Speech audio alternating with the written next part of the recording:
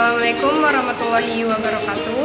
Perkenalkan, nama saya Vina Lisnawati, perwakilan dari kelompok 4 untuk membuka pembukaan video presentasi kelompok kami. Tugas ini yaitu tugas mata kuliah yang diampu oleh dosen pengampu Ibu Adina, SE, ME, SE. Baik, di sini saya akan menjelaskan sub yang pertama, yaitu pengertian struktur pasar. Struktur adalah pengelompokan variabel-variabel yang bernaung dalam satu nama yang sama. Struktur biasa dipakai untuk mengelompokkan beberapa informasi yang berkaitan menjadi sebuah struktur. Struktur pasar menggambarkan jumlah pelaku dalam suatu pasar, sekaligus menggambarkan tingkat kompetisi yang terjadi dalam suatu pasar. Struktur pasar memiliki pengertian penggolongan produsen kepada beberapa bentuk pasar, berdasarkan pada ciri-ciri seperti jenis produk yang dihasilkan, banyaknya perusahaan dalam industri, mudah tidaknya keluar atau masuknya ke dalam industri, dan peran iklan dalam kegiatan industri. Pada analisa ekonomi dibedakan menjadi pasar persaingan sempurna dan pasar persaingan tidak sempurna yang meliputi monopoli, oligopoli, dan monopolistik. Struktur pasar sangatlah penting karena terkait dengan harga yang akan diterima oleh konsumen. Struktur pasar juga akan mempengaruhi tingkat efisiensi. Semakin tinggi jumlah pelaku dalam pasar, maka tingkat persaingan akan semakin tinggi, sehingga menurutnya untuk lebih efisien. Struktur pasar menunjukkan karakteristik pasar seperti elemen dan pembeli, serta keadaan rintangan pasar. Perbedaan pada elemen-elemen itu akan membedakan cara masing-masing pelaku pasar dalam industri berperilaku, yang pada gilirannya akan menentukan perbedaan kinerja pasar yang terjadi. Untuk materi yang selanjutnya yaitu struktur pasar dalam Islam. Struktur pasar yang Islami adalah pasar yang menciptakan tingkat harga yang adil. Adil dalam hal ini adalah tidak merugikan konsumen maupun produsen. Terkait dengan surplus produsen dan surplus konsumen, struktur pasar dalam Islam didasarkan atas prinsip kebebasan, termasuk dalam melakukan kegiatan ekonomi. Yang pertama yaitu kebebasan ekonomi. Kebebasan ekonomi adalah pilar pertama dalam struktur pasar Islami.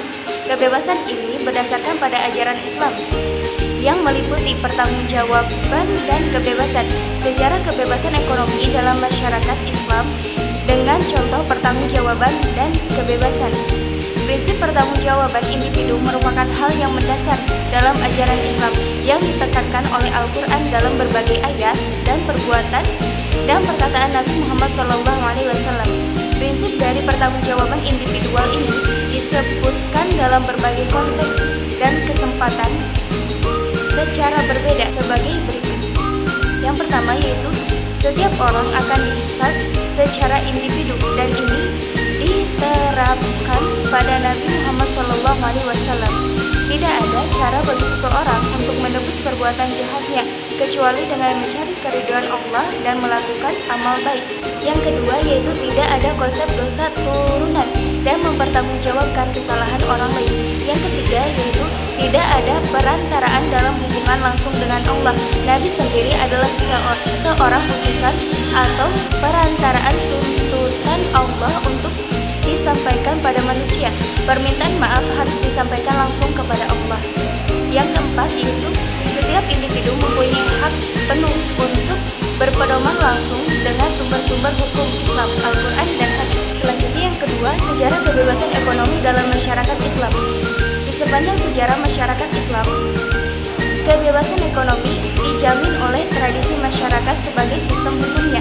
Nabi SAW menolak penetapan harga. Bahkan walaupun harga sangat tinggi, penolakannya didasarkan pada prinsip keterbukaan dalam bisnis, di mana tidak memperbolehkan produsen dalam menjual barangnya pada tingkat yang lebih rendah dari harga pasar. Sepanjang perubahan harga itu disebabkan oleh kondisi atau faktor real dari penawaran dan permintaan tanpa adanya kekuatan monopoli. Yang ketiga yaitu kebebasan berkendali. Sebagaimana pemikiran Ibnu Taimiyah, kebebasan dalam Islam dibatasi pada nilai syariah. Sebagaimana An-Nisa ayat 29 yang artinya, hai orang-orang yang beriman, janganlah kamu saling memakan harta sesamamu dengan jalan yang batil, kecuali dengan jalan perniagaan yang berlaku dengan suka sama suka di antara kamu. Yang keempat yaitu kerjasama, cooperation. Ekonomi Islam adalah sistem ekonomi yang mengedepankan pada kebebasan, tetapi kebebasan tersebut diungkapkan lebih pada bentuk kerjasama dibandingkan dalam bentuk persaingan. Tentu saja, kerjasama merupakan tema umum dari organisasi sosial Islam. Individu dan kesadaran sosial tidak lepas dari jalinan yang bekerja bagi terwujudnya kesejahteraan yang lainnya. Inilah ajaran Islam kepada umatnya yang dituangkan dalam Al-Quran, yang diekspresikan oleh Nabi Muhammad SAW. Prinsip persaudaraan sangat ditegaskan dalam Al-Quran dan Sunnah, utamanya dalam hal pembagian kepemilikan pribadi kepada saudara untuk memperkuat orientasi sosial di kalangan Muslim. Maka Islam memperkenankan konsep atas kewajiban bersama, di mana tanggung jawab individu dapat dilakukan oleh individu yang lainnya. Ini disebut dengan fardu kifayah. Konsep ini menekankan pada pemenuhan kebutuhan masyarakat dan dorongan individu untuk berusaha memenuhinya. Yang keempat yaitu keterbatasan pemerintah dalam pasar. Bukanlah hal yang bersifat sementara atau sesaat. Ekonomi Islam memandang pemerintah dalam pasar merupakan satu kesatuan dengan unit ekonomi lainnya dengan pasar yang permanen dan stabil. Dalam hal ini, pemerintah bertindak sebagai perencana, supervisor, produsen, juga sebagai konsumen.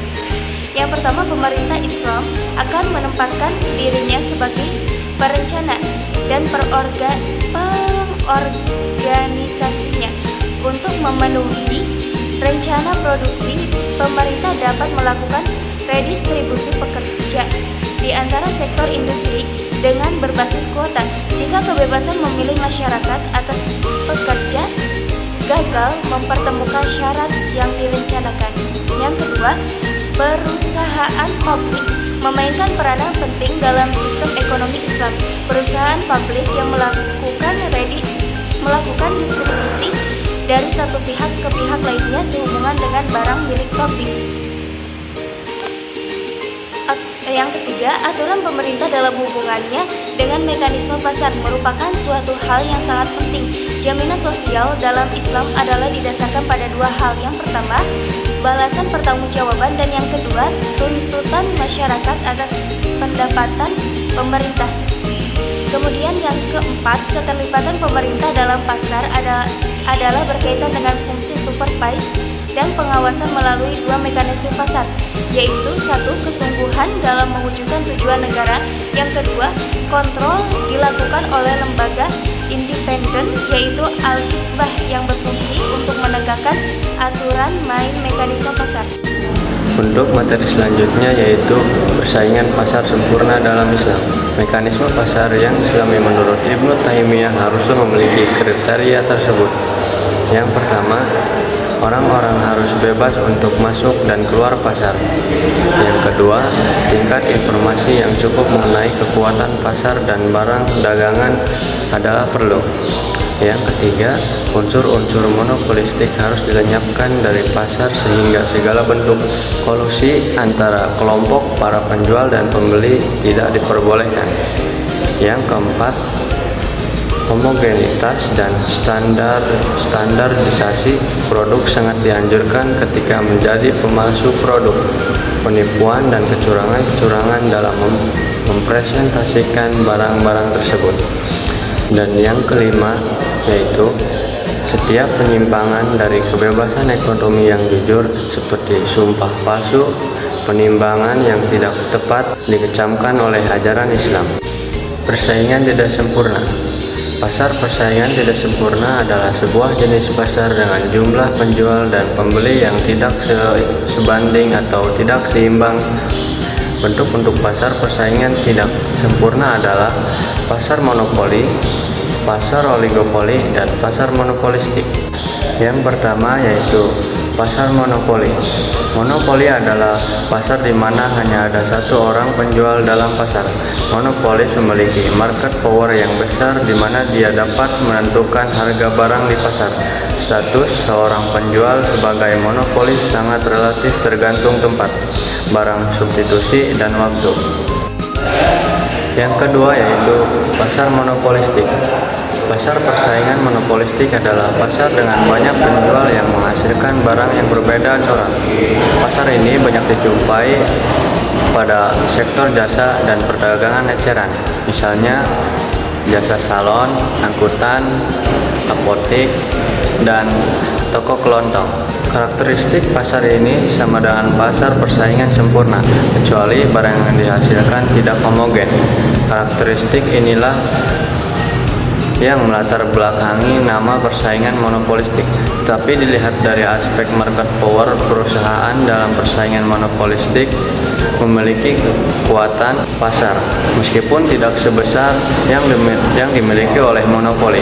Kekuatan pasar tersebut sebagai akibat dari produk yang dijual oleh perusahaan-perusahaan di pasar bersifat heterogen, sehingga pada batas-batas tertentu konsumen memiliki loyalitas terhadap suatu produk tertentu.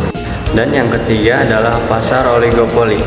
Secara harfiah, oligopoli berarti ada beberapa penjual di pasar. Boleh dikatakan oligopoli merupakan pertengahan dari monopoli dan monopolistik. Competition. Dalam monopoli, penjual dapat menentukan harga tanpa harus khawatir reaksi penjual lain.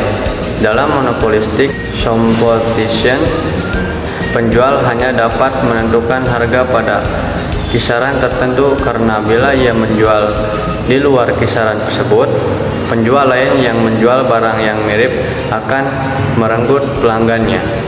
Dalam pasar oligopoli, di mana ada sedikit penjual yang menjual barang yang sama, maka aksi penjual harus memperhatikan reaksi penjual lain. Ada dua aksi yang diambil penjual, yaitu yang pertama, menentukan berapa kualitas yang akan diproduksinya. Model yang menjelaskan hal ini adalah connote quantity competition. Dan yang kedua, menentukan berapa harga yang akan ditawarkan. Model yang menjelaskan hal ini adalah Bertrand French competition. Baik, terima kasih. Mohon maaf jika ada kekurangan dari kelompok kami. Wassalamualaikum warahmatullahi wabarakatuh.